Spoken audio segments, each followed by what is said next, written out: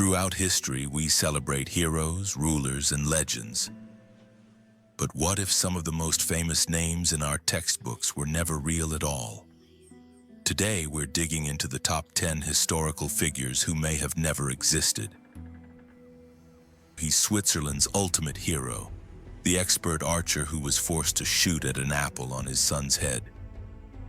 But after taking a closer look, just like the apple, the story falls apart. The earliest written references to William Tell date back over 200 years after he is said to have lived. A nearly identical story already existed in Denmark.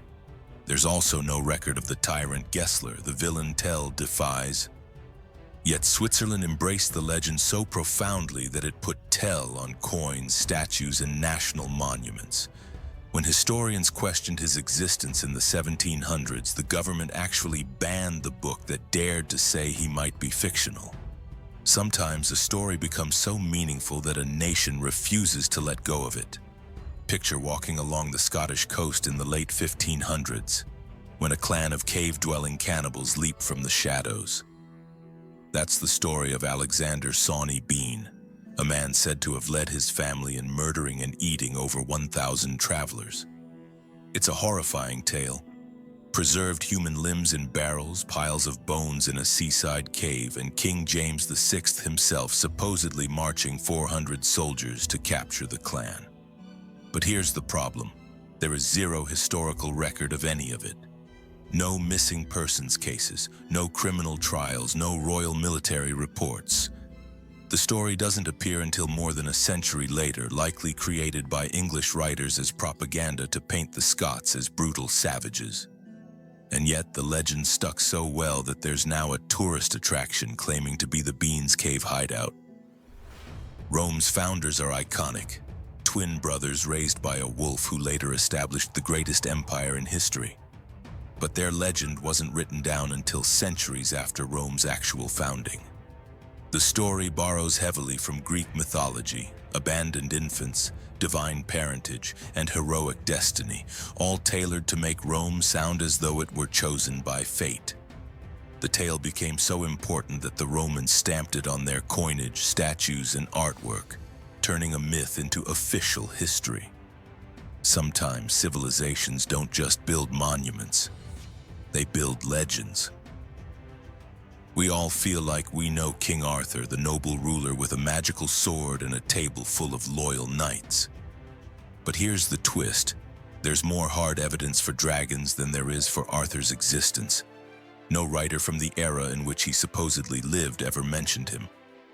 Not a single chronicle about a man who was said to unite Britain and crush invading armies. It would be like discovering that nobody wrote about World War II until centuries later. The earliest notable reference to Arthur doesn't appear until roughly 300 years after his supposed death. By then, storytellers like Geoffrey of Monmouth were spinning tales that sounded more like fantasy novels. With warriors battling giants, Arthur personally defeating hundreds of enemies in a single fight, and magical swords emerging from mysterious lakes. Camelot? Never found. Every hill in England has been claimed as its location at some point, and Excalibur's origin keeps changing. First a magical lake, later a sword in the stone contest. The truth is, Arthur may never have existed, but the idea of him gave people hope, and that's a power in its own right. The fearsome Viking warrior is portrayed in countless sagas and modern TV shows.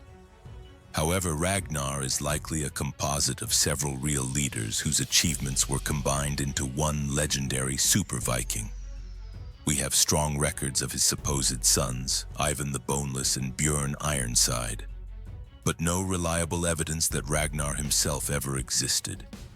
His most famous death, thrown into a snake pit by an English king, sounds more like a dramatic movie script than an entry in a history chronicle. To the Vikings, sagas were moral stories. Ragnar wasn't meant to be a documentary subject.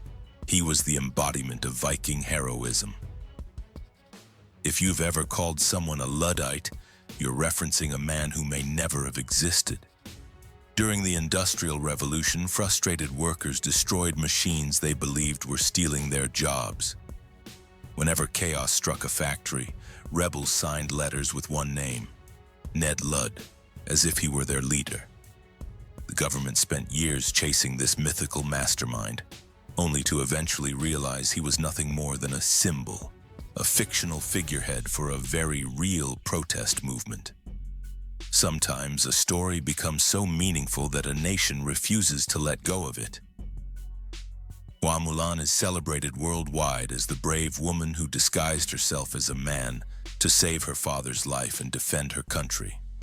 But the earliest source about her is just a poem, the Ballad of Mulan, written sometime between the 4th and 6th centuries. No birthplace, no military documentation, not even a confirmed surname. In the poem, she serves in the army for 12 years without anyone realizing she's a woman. Either she was an acting genius, or ancient soldiers weren't very observant. Over time, writers reshaped her into whatever message they needed: loyalty, patriotism, or women's empowerment. She has become less a historical figure and more a symbol, a flexible legend who can fit any era's values. In 1165, European leaders received a mysterious letter from a Christian king named Prester John, who claimed to rule a land overflowing with wealth and miracles, rivers of gold, crystal palaces, and fountains of youth. Kings and popes were convinced he was real. Explorers were sent on missions to find this powerful ally, first in Asia, then in Africa. Even medieval maps marked his imaginary kingdom just in case. For centuries, the promise of Prester John inspired real expeditions, all chasing a man who never existed at all. In the Middle Ages, one travel writer became more famous than Marco Polo. His book described a 30-year journey through foreign lands full of wonders. Dog-headed humans, magical islands, trees that grew sheep. The problem? There is no evidence that he ever traveled anywhere. His identity is a mystery. Many historians believe he stitched together stories from other books, the medieval equivalent of copying Google results and pretending you've seen the world yourself. Yet explorers like Christopher Columbus used his book as a practical guide to the real world. Fiction literally helped shape global exploration, the ultimate outlaw hero stealing from the rich to help the poor. But early versions of the story paint him very differently. In medieval England, Robin Hood was basically slang for criminal. It was a label, not a name. The original ballads don't depict him as a noble defender of justice, but more like a mischievous troublemaker living with his friends in the forest. As laws became harsher, especially around royal forests, people dreamed of a rebel who could stand up to unfair power. Over time, storytellers polished Robin into a hero, a noble fighting for the common people. A complete fictional makeover from bandit to beloved legend. So which of these shocked you the most? History isn't just a record of facts, it's also a collection of stories we want to believe. And sometimes the myths become more powerful than the truth. If you enjoyed this journey into legendary figures who never lived, make sure to subscribe for more fascinating hidden history.